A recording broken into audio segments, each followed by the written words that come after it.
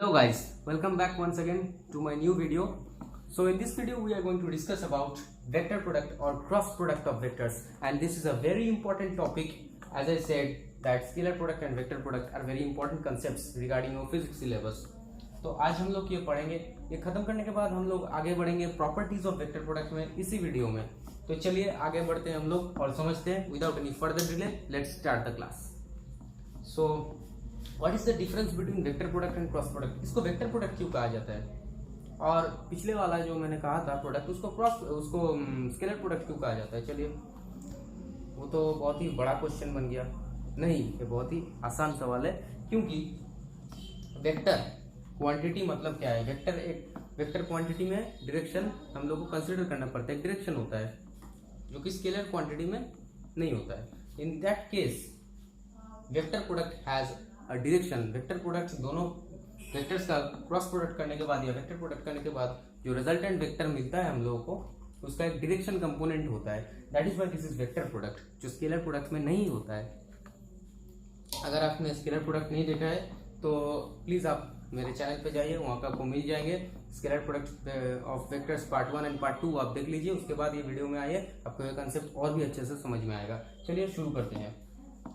Suppose there are two vectors, let me use the blue ink. Suppose there are two vectors, ये this is A vector, okay, and there is another vector from this same point. Let us consider this as B vector, और इन दोनों के बीच में एक angle हम लोग को आसानी से दिख रहा है। नाउ एंगल मैंने ड्रॉ किया है ए से लेके बी तक। मतलब क्या है? मतलब ये है कि let us consider this angle as theta. मतलब ये है कि मैंने बी वेक्टर को ए वेक्टर के ऊपर किसी एंगल पे लिया है। मैंने ए वेक्टर ड्रॉ किया, उसके बाद किसी एक एंगल पे मैंने किसी एंगल पे मैंने बी वेक्टर को लिया है जो कि थीटा मैंने मान लिया है। That is why there is an arrow, sorry for the sound from outside. That is why there is an arrow A vector से बी वेक्टर की तरफ, आपको दिख रहा होगा arrow. And this is very important. Why I am saying mentioning this arrow, because that will be very important which I will discuss with you all further in the video. तो यहाँ पे A vector cross B vector scalar product का जो formula होता है, A vector cross B vector, इसका value होगा A B sine theta N cap. अब ये एन कैप क्या है? Direction component. जिस डायरेक्शन में रिजल्टेंट वेक्टर मिल रहा है हम लोग को, that direction component is denoted by N vector, N cap. So this is the vector product or cross product you can say. अभी ये जो वेक्टर प्रोडक्ट हुआ है, हम लोग को पता कैसे चलेगा कि कौन से डायरेक्शन में आया है? ये वेक्टर प्रोडक्ट का वैल्यू। और हाँ, एक और बात जो कि मैं प्रॉपर्टीज ऑफ वेक्टर्स में भी डिस्कस करूंगा, A vector cross B vector वो बिल्कुल भी not equals to B vector cross A vector. मतलब A vector cross B vector is not equals to B vector cross A vector. मतलब vector product commutative नहीं है। Scalar product commutative होता है but not vector product. क्यों? क्योंकि यहाँ पे डायरेक्शन बदल जाता है। जब मैं ये लिखता हूँ इसका डायरेक्शन अलग है, and this is anti commutative, मतलब इसका डायरेक्शन इसके ऑपोजिट में है। इसका जो डायरेक्शन होगा इसका ऑपोजिट हो जाएगा। That is why these two are not equal. वो हम लोग प्रॉपर्टीज ऑफ वेक्टर्स में डिस्कस करेंगे क्यों इक्वल नहीं है। चलिए भी आपको दिखाता हूँ। चलिए मैं ये रब कर देता हूँ, आगे बढ़ते हैं हम लोग।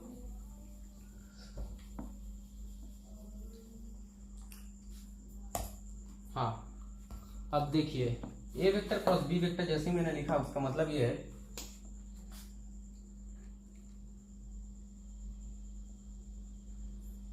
ये हम लोगों का सी वेक्टर है, which is equals to A vector cross B vector. और ये सी वेक्टर बी वेक्टर और ए वेक्टर का जो प्लेन है उस प्लेन के परपेंडिकुलर डायरेक्शन में है। अगर मैंने A vector cross B vector लिखा है और मैंने अगर लिख दिया है B vector cross B vector A vector, तो वो नीचे बन गया, मतलब ये प्लेन में। चलिए आपको एक विजुअलाइजेशन करके दिखाते हैं, आपको बहुत ही अच्छे से समझ में आ जाएगा। ये आप छोड़ दीजिए। और हाँ, डायरेक्शन पता करने के लिए हम लोग को पता कैसे चलेगा किसका डायरेक्शन क्या है? पता तो चलना चाहिए ना, डायरेक्शन कैसे निकाले हम लोग, वेक्टर प्रोडक्ट का डायरेक्शन कहाँ होगा, कैसे पता चलेगा। For that we have a rule. What is that rule? That is very important and interesting. चलिए देखते हैं वो रूल क्या है। तो एक बहुत ही कमाल का रूल हम लोग के पास है वेक्टर्स प्रोडक्ट का डायरेक्शन कंसिडर करने के लिए, and that rule is right hand thumb rule. अब उसको राइट हैंड थंब रूल क्यों कहा जाता है, चलिए देखते हैं। Suppose this is a plane, A vector और बी वेक्टर ये प्लेन में है, ये है आपका प्लेन, ये सपोज एक प्लेन है, दिस इज अ प्लेन, ये हम लोग का एक प्लेन है सब, and consider this plane as a 3D plane. चलिए आपको एक अच्छा सा विजुअलाइजेशन में दिखाता हूँ, फिजिक्स में विजुअलाइजेशन इज वेरी इंपॉर्टेंट। ये एक 3D प्लेन है आपके सामने, जिसको मैंने बोर्ड पे ऐसे लिखा है, ऐसे लिखा है 3D प्लेन है, आप 3D कंसीडर कीजिए इसको 3D कंसीडर कीजिए। इसका एक ऊपर में भी एक डायरेक्शन है, इसका ऐसे रखा हुआ है प्लेन, ऊपर में भी एक डायरेक्शन है, नीचे में भी एक डायरेक्शन है, ऊपर भी एक डायरेक्शन है, नीचे भी एक डायरेक्शन है, ऊपर भी एक डायरेक्शन है, नीचे भी एक डायरेक्शन है प्लेन का। अभी मैंने अगर दो वेक्टर ऐसे रख दिए हैं, यहाँ पे मैंने दो वेक्टर्स रख दिए हैं ऐसे, ओके, ये देखिए आप ऐसे रख दिए हैं दो वेक्टर्स को, ऐसे मैंने दो वेक्टर्स को रख दिए हैं। ए वेक्टर, ब्लू वाला ए वेक्टर है और ग्रीन वाला बी वेक्टर है हम लोग का, okay. Blue is A vector and green is B vector. तो हम लोग को पता कैसे चलेगा डायरेक्शन क्या होगा, चलिए देखते हैं हम लोग डायरेक्शन कैसे होगा। एंगल किस डायरेक्शन में है, ए वेक्टर से होके बी वेक्टर तक जा रहा है, मतलब ए वेक्टर से बी, ये मेरा राइट हैंड है, आप ऐसे कंसिडर कीजिए, राइट हैंड लगाया, ये मेरा थंब फिंगर इस डायरेक्शन में जा रहा है। अगर ये 2D प्लेन होता है, ये बोर्ड के हिसाब से, ये जो व्हाइट बोर्ड है 2D प्लेन में, अगर मैं ऐसे दिखा रहा हूँ आपको, 3D में नहीं दिखा रहा हूँ, 2D में दिखा रहा हूँ, तो आपका यहाँ पे आ जाएगा ए वेक्टर से ऐसे, मतलब ए वेक्टर से एंगल ऐसे जा रहा है एंटी क्लॉकवाइज डायरेक्शन में, और मेरा थंब फिंगर किस डायरेक्शन में, इस डायरेक्शन में। अगर मैंने इसी को एक 3D प्लेन में कंसीडर किया है, ब्लू वाला ए वेक्टर है, ग्रीन वाला बी वेक्टर है। चलिए देखते हैं, अच्छे से आपको समझा दूंगा मैं ये टॉपिक। ये 3D प्लेन है, ब्लू वाला ए वेक्टर है और ग्रीन वाला बी वेक्टर है, आप देख सकते हैं ऐसे 3D प्लेन में रखा हुआ है। तो अगर मैं ऐसे कंसीडर करूं इस डायरेक्शन में भी, ये राइट हैंड थंब रूल को एंटी क्लॉकवाइज डायरेक्शन में, और मैं इसको यहाँ पे कंसीडर करूँ राइट हैंड थंब रूल को एंटी क्लॉकवाइज डायरेक्शन में, तो कहाँ पे जा रहा है मेरा फिंगर, अपवर्ड डायरेक्शन में, मतलब इस प्लेन के 3D हिसाब से अपवर्ड डायरेक्शन में जाएगा। That will be our resultant direction. I hope आपको अच्छे से समझ में आ गया होगा, आपको मैंने अच्छे से विजुअलाइज करा दिया होगा। ये रहा, आई होप आपको ये दिख रहा होगा, and this is our resultant C vector which is equals to A vector cross B vector. और ये कौन से डायरेक्शन में, इस प्लेन के, ये जो 3D प्लेन है, इस 3D प्लेन के परपेंडिकुलरली अपवर्ड डायरेक्शन में है, इस 3D प्लेन के परपेंडिकुलरली अपवर्ड डायरेक्शन में है, जो बी वेक्टर के साथ भी परपेंडिकुलर है और इस ए वेक्टर के साथ भी परपेंडिकुलर है।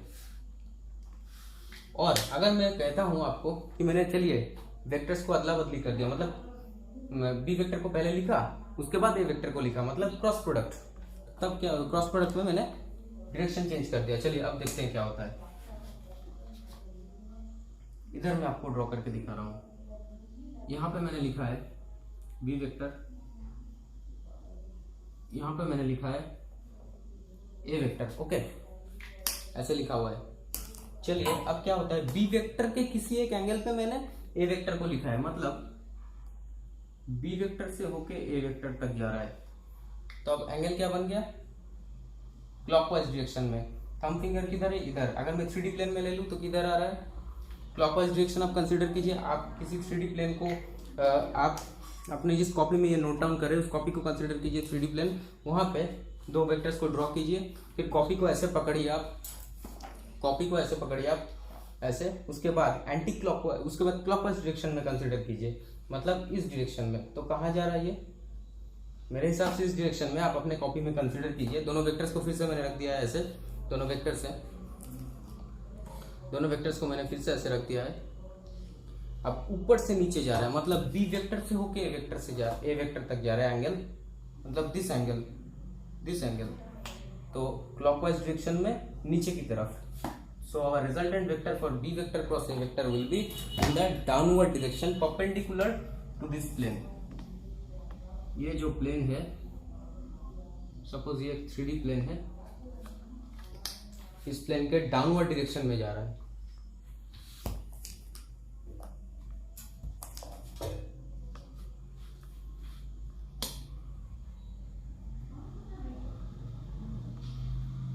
ये हम लोगों का यहाँ पे रिजल्टेंट होगा जो कि है B vector cross A vector. अभी आई होप आपको समझ में आ गया होगा मैंने क्यों लिखा था कि A vector cross B vector is not at all equals to B vector cross A vector.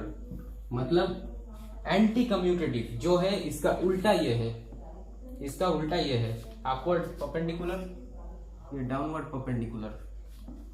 I think आपको ये अच्छे से विजुअलाइज करा दिया होगा मैंने और अच्छे से समझ में आ गया होगा।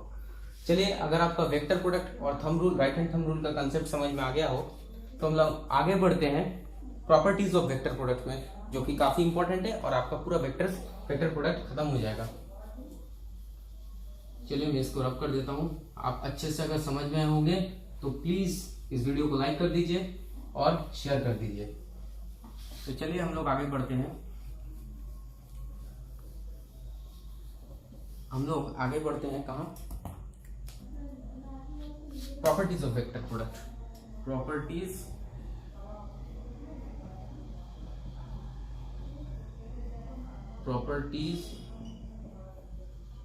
ऑफ वेक्टर प्रोडक्ट और क्रॉस प्रोडक्ट, आप जो भी चाहे लिख सकते हैं। प्रॉपर्टीज ऑफ वेक्टर प्रोडक्ट और cross product. Properties of vector product और क्रॉस प्रोडक्ट। जैसे कि मैंने आपको पहले कह दिया, vector product is anti commutative. तो पहला प्रॉपर्टी तो यही है, एंटी कम्यूटेटिव।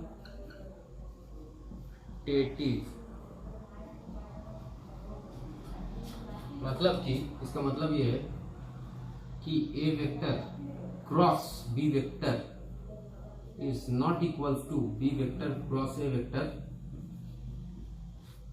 इसका मतलब ये है कि A vector cross B vector, हम लोगों के पास वैल्यू क्या है? A vector cross B vector, हम लोगों के पास वैल्यू है ए बी साइन और sine of theta, sine theta N cap के पास वैल्यू है। ये बन जाएगा माइनस बी ए। क्यों माइनस बी है? क्योंकि अगर मैंने एंगल का डायरेक्शन बदल दिया है तो थीटा माइनस आ जाएगा। अगर मैंने एंगल का डायरेक्शन बदल दिया है बी से ए तो थीटा का डायरेक्शन बदल गया जो कि नेगेटिव बन गया। अगर पिछला वाला पॉजिटिव था तो ये नेगेटिव बन गया एंड एन कैप। और अगर आपको अच्छे से पता है ट्रिग्नोमेट्री में sine of minus theta equals to, ये माइनस साइन के आगे आ जाएगा और ये बन जाएगा माइनस ऑफ साइन थीटा। तो माइनस साइन अगर मैं पूरे एक्सप्रेशन के आगे लिख दूं तो ये बन जाता है minus B A sine theta N cap which is equals to minus of B vector cross A vector. That is why vector product is anti commutative in nature. I hope आपको अच्छे से समझ में आ गया होगा। चलिए हम लोग आगे बढ़ते हैं नेक्स्ट प्रॉपर्टी की तरफ, जो कि काफी इंपॉर्टेंट है। और ये प्रॉपर्टी चलिए क्या कहता है देखते हैं हम लोग।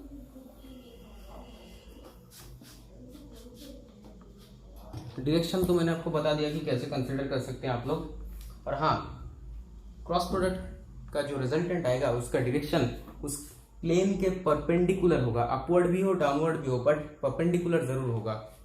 अगर प्लेन ऐसे रखा हुआ है तो भी परपेंडिकुलर ही होगा, और अगर ऐसे है तो भी परपेंडिकुलर होगा।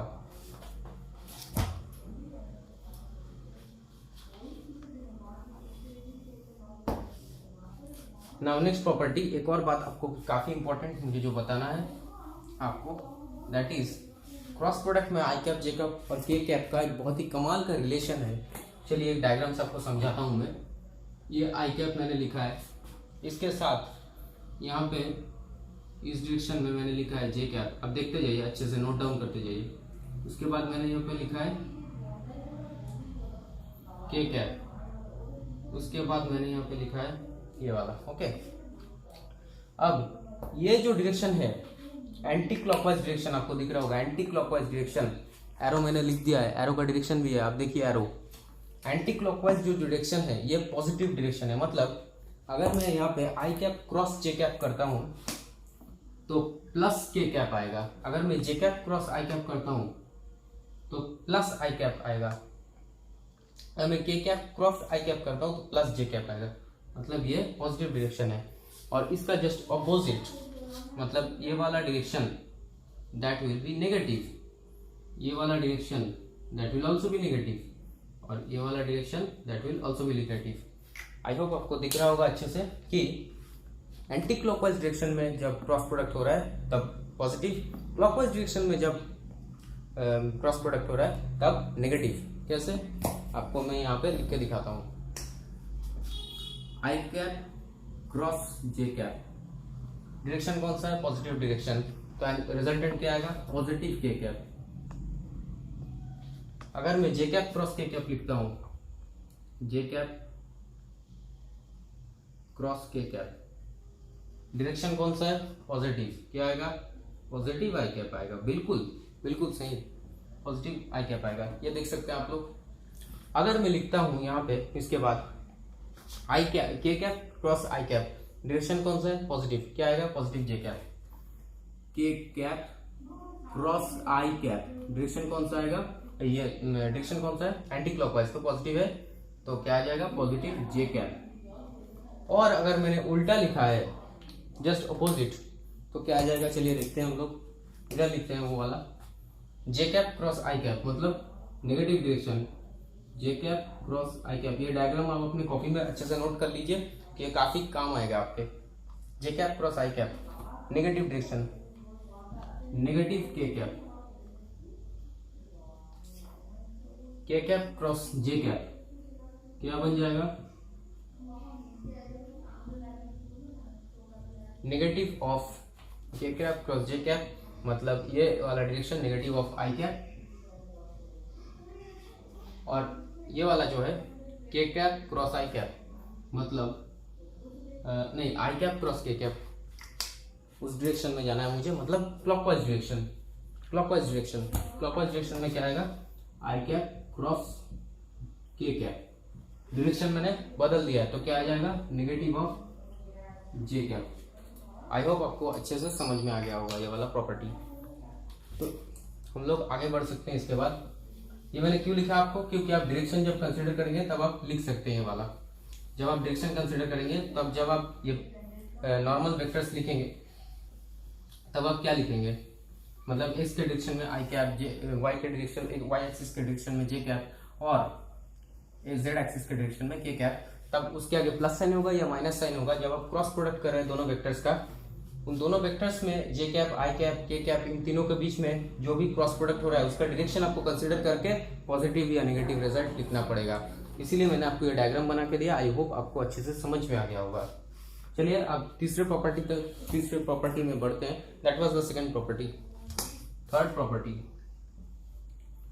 Vector product is distributive in nature. Like scalar product, vector product is also distributive.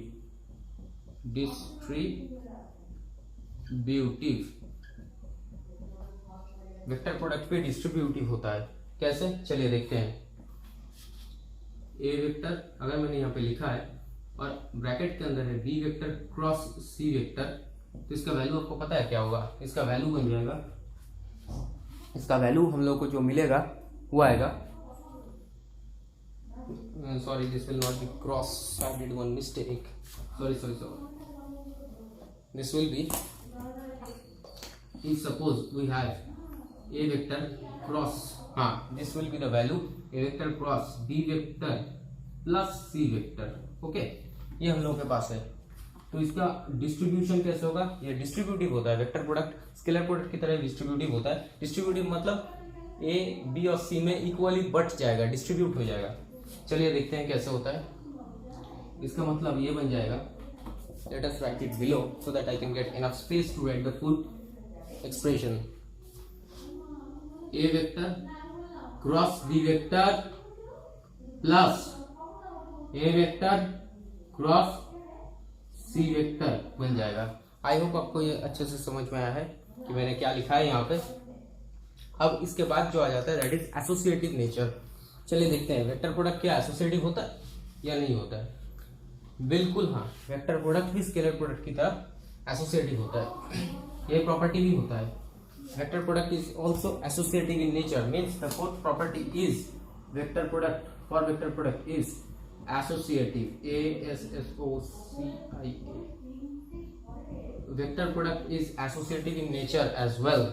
इसका मतलब क्या है, अगर मैंने यहाँ पे लिखा है A vector cross B vector, उसके बाद मैंने लिखा है प्लस ब्रैकेट के अंदर फिर से C vector cross D vector, तो इसका वैल्यू क्या आएगा, इसका वैल्यू आ जाएगा हम लोगों के पास जो आएगा, let me use another ink for that, the cross will not be between them, a vector plus b vector, c vector plus d vector cross. Here if you multiply these two addition vectors means a vector plus b vector one vector cross product with c vector plus d vector another vector. So this is associative in nature. Vector product associative होता है। मतलब क्या, मतलब जैसे scalar product में होता था बिल्कुल वैसे associative, a vector cross c vector, पहला वाला हम लोग को मिल जाएगा। उसके बाद क्या होगा, उसके बाद आएगा plus A vector cross D vector, मतलब जैसे कि हम लोग ब्रैकेट जब निकालते हैं मल्टीप्लिकेशन में जैसे डॉट प्रोडक्ट में किया था बिल्कुल वैसे ही, A vector cross C vector plus A vector cross D vector plus B vector cross C vector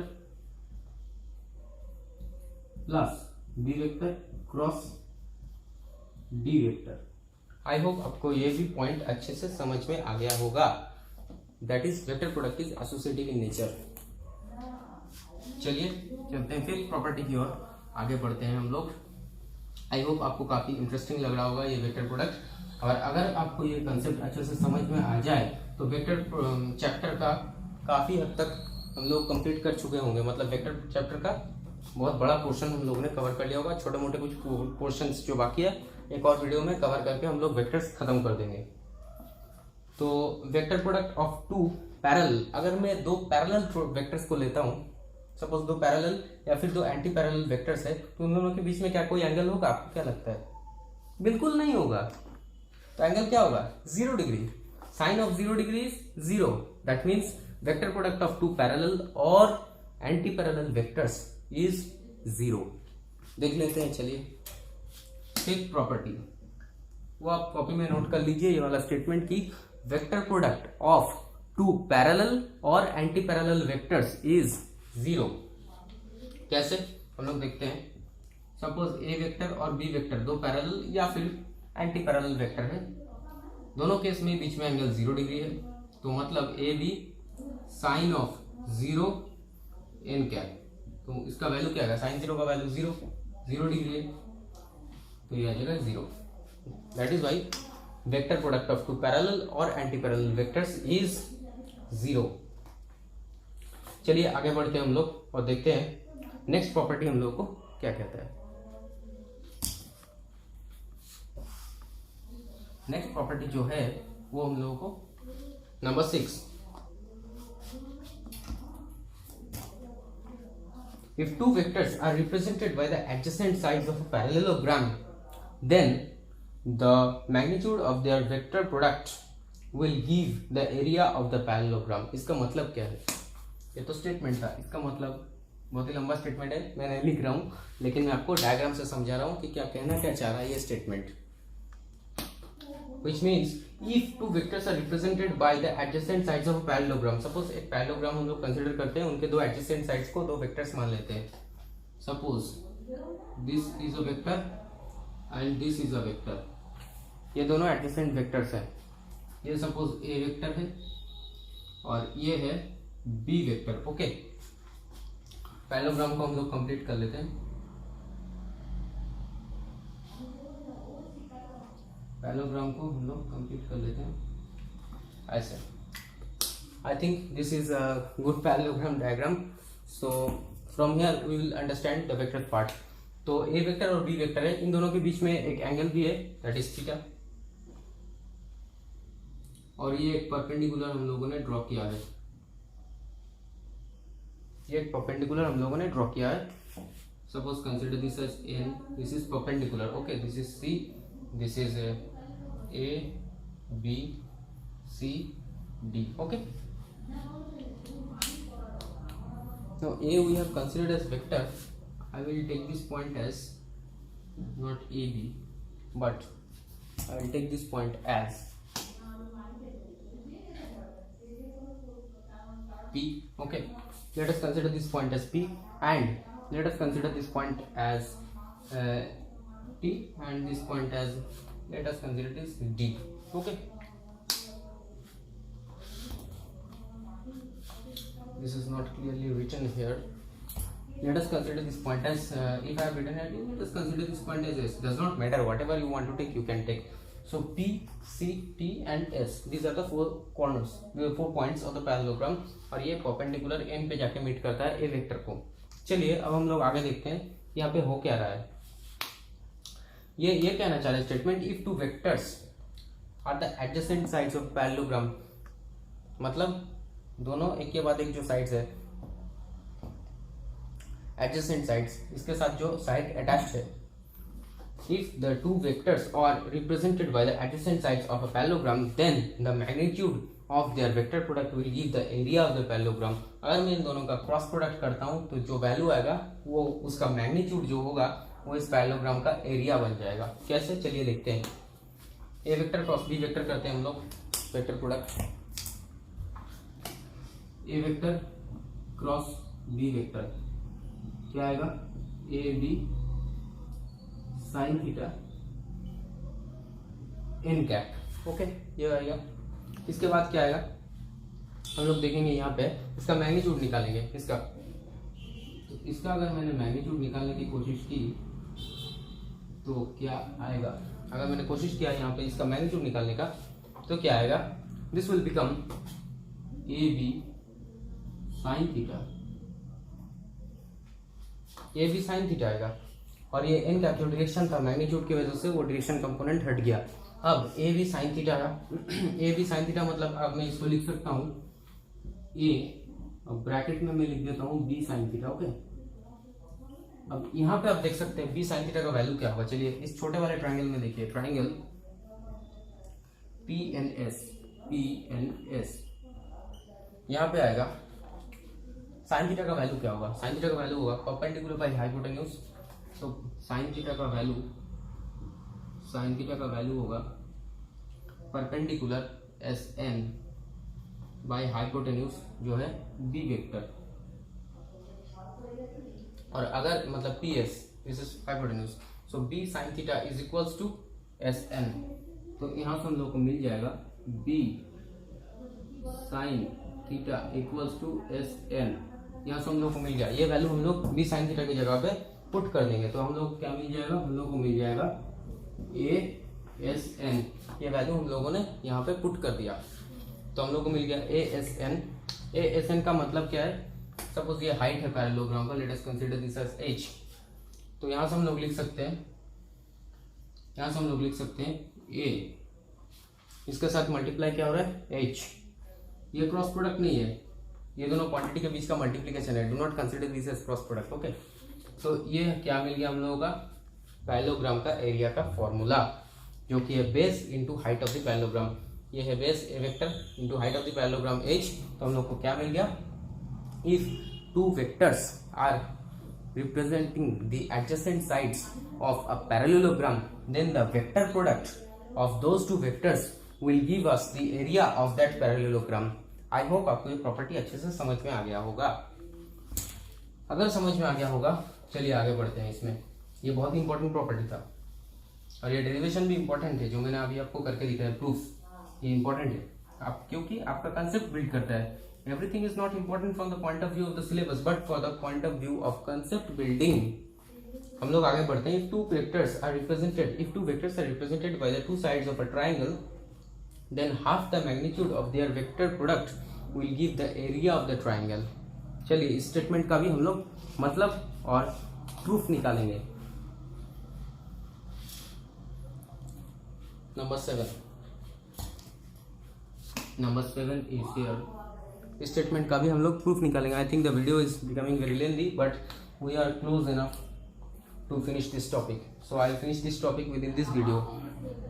If this video becomes a bit lengthy, then please bear with this. So if the vector product, okay, I will discuss this seventh property in my next video, that I will make vector product part 2. So please stay tuned to the channel and please watch that video also. After I upload this video, then I will upload that video so that vector product will be finished. So please stay tuned to the channel. Till that time, bye students.